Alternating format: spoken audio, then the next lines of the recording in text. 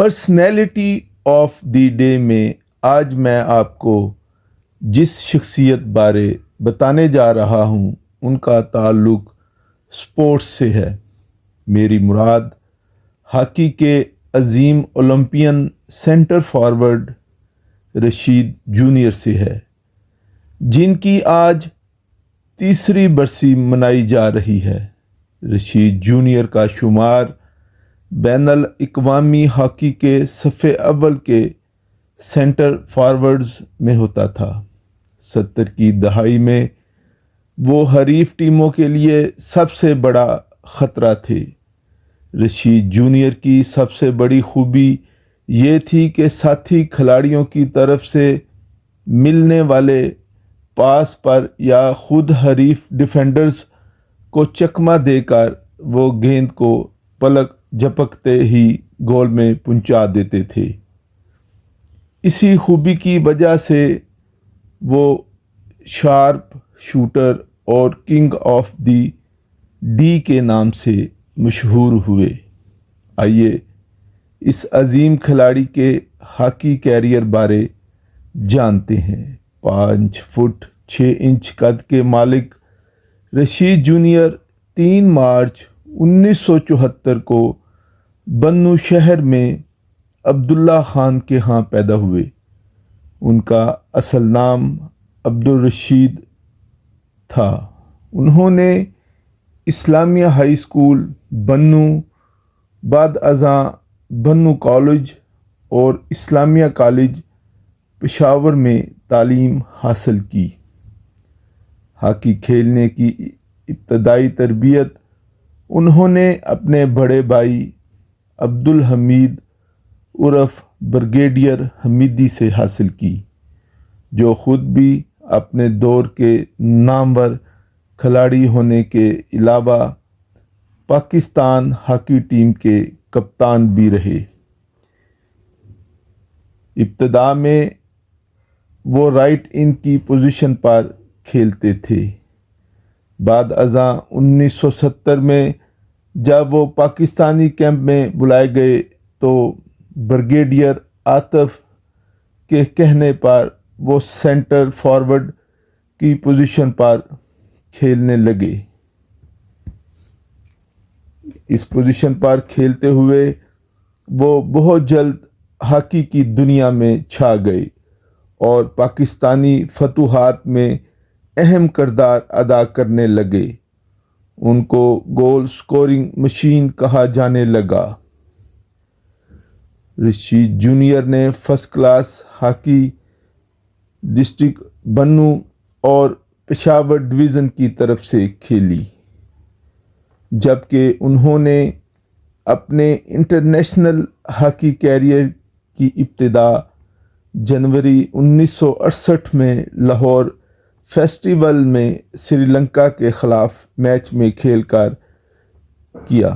اسی سال انہوں نے میکسیکو اولمپک میں اپنے شاندار کھیل سے پاکستان کو گولڈ میڈل جتوانے میں اہم کردار ادا کیا۔ وہ اس ٹورنامنٹ میں 7 گول سکور کر کے ٹورنامنٹ کے ٹاپ سکورر رہے، جبکہ ہالینڈ کے خلاف انہوں نے شاندار ہیٹ-ٹرک کرنے کا اعزاز بھی حاصل کیا۔ 1968 میں انہوں نے نیروبی میں ہونے والے انٹرنیشنل ہاکی ٹورنامنٹ میں شرکت کی اور 4 گول سکور کیے۔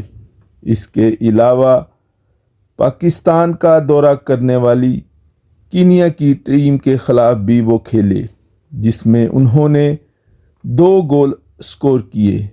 جاپانی ٹیم کے دورہ پاکستان کے دوران بھی وہ قومی ٹیم کا حصہ تھے، جس میں انہوں نے 2 گول بنائے۔ 1969 میں لاہور میں منعقد ہونے والے انٹرنیشنل ہاکی ٹورنامنٹ میں انہوں نے شاندار کھیل پیش کرتے ہوئے 8 گول سکور کیے۔ اسی سال پاکستانی ٹیم کے دورہ یورپ اور مصر کے خلاف کھیلتے ہوئے بھی انہوں نے 7 گول بنائے۔ 1969 ہی میں ارجنٹائن کے دورہ پاکستان کے دوران بھی انہوں نے 8 گول اسکور کیے۔ 1970 میں پاکستانی ٹیم کے ہمراہ کینیا کے دورے پر گئے، جس میں وہ صرف 1 گول اسکور کر پائے۔ 1970 میں بینکاک میں ہونے والی 6ٹھی ایشین گیمز میں بھی انہوں نے پاکستان کی جیت میں اہم کردار ادا کرتے ہوئے 8 گول اسکور کیے۔ 1971 میں اسپین کے شہر بارسلونا میں کھیلے جانے والے ورلڈ کپ میں پاکستانی ٹیم کی نمائندگی کرنے کا اعزاز حاصل کیا۔ اس ٹورنامنٹ میں انہوں نے 3 گول اسکور کیے۔ 1972 کے میونخ اولمپکس میں کھیلتے ہوئے انہوں نے 4 گول اسکور کیے۔ 1974 میں کرائسٹ چرچ نیوزی لینڈ میں ہونے والے 7 ملکی انٹرنیشنل ہاکی ٹورنامنٹ میں حصہ لیا اور 5 گول اسکور کیے۔ اس ٹورنامنٹ میں انہوں نے پہلی دفعہ پاکستانی ٹیم کی کپتانی کرنے کا اعزاز بھی حاصل کیا۔ 1974 میں تہران میں ہونے والی 7ویں ایشین گیمز میں انہوں نے حصہ لیا اور 13 گول اسکور کیے۔ پاکستانی ٹیم کو گولڈ میڈل دلوانے میں اہم کردار ادا کیا۔ 1975 کے ورلڈ کپ میں انفٹ ہونے کی وجہ سے وہ شرکت نہ کر سکے۔ 1975 میں پاکستانی ٹیم نے ان کی کپتانی میں مونٹریال اولمپکس ٹورنامنٹ میں حصہ لیا، جس میں پاکستانی ٹیم نے کانسی کا تمغہ حاصل کیا۔ یہ ٹورنامنٹ ان کے کیریئر کا آخری ٹورنامنٹ ثابت ہوا۔ انہوں نے مجموعی طور پر 140 میچز کھیلے اور 151 گول اسکور کیے۔ رشید جونیئر نے اپنے شاندار ہاکی کیریئر میں 7 گولڈ میڈل، 3 سلور اور 1 برونز میڈل حاصل کیا۔ وہ پاکستان کے واحد کھلاڑی ہیں جن کے پاس اولمپکس، ورلڈ کپ اور ایشین گیمز کے گولڈ میڈلز ہیں۔ 1974 میں انہیں ایشیائی 11 کے لیے بھی منتخب کیا گیا۔ رشید جونیئر 1967 سے 1977 تک PIA ٹیم کی طرف سے بھی کھیلے اور PIA ہاکی ٹیم کے مینیجر بھی رہے۔